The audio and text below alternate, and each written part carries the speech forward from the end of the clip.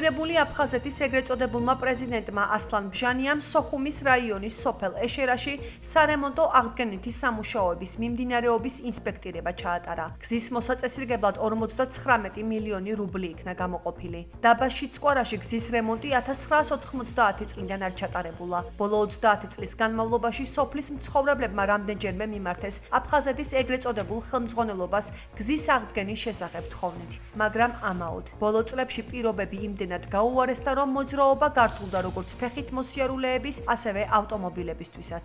აღნიშნულ საკითხს საზოგადოებაში დიდი გამოხმაურება მოჰყვა. ტელეგრამ არხი რესპუბლიკა კომენტარს აკეთებს ქვემო ეშერაში, დაბა შიცკვარაში 2,5 კილომეტრის სიგრძის გზის მონაკვეთის მოასფალტებისთვის გამოყოფილ თანხასთან დაკავშირებით.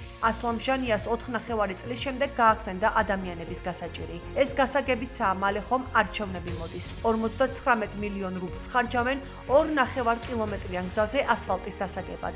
ყველაზე თამამი გაანგარიშებითაც კი ასეთი სამუშაოების ღირებულება 24 მილიონ რუბლზე მეტი არ ჩდება. აი თქვენი ეკონომიკაც ამომრჩევლებს თვალში ნაცარი შეაყაროთ და ფულიც გამოიმუშაოთ. წერს ტელეგრამ არხი.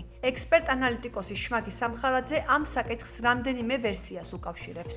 დიდი საბიუჯეტო თანხა იხარჯება წინასაარჩევნოდ ინფრასტრუქტურულ პროექტებზე და ტრადიციულად ეს არა მხოლოდ ამომრჩევლის ხმაზე არის მიმართული, არამედ იმ ლოიალურ, ასე ვთქვათ, გუნდის წევრებზე, რომლებიც ახერხებენ პარალელურად ამ თანხების მითვისებას, ნაწილის მითვისებას.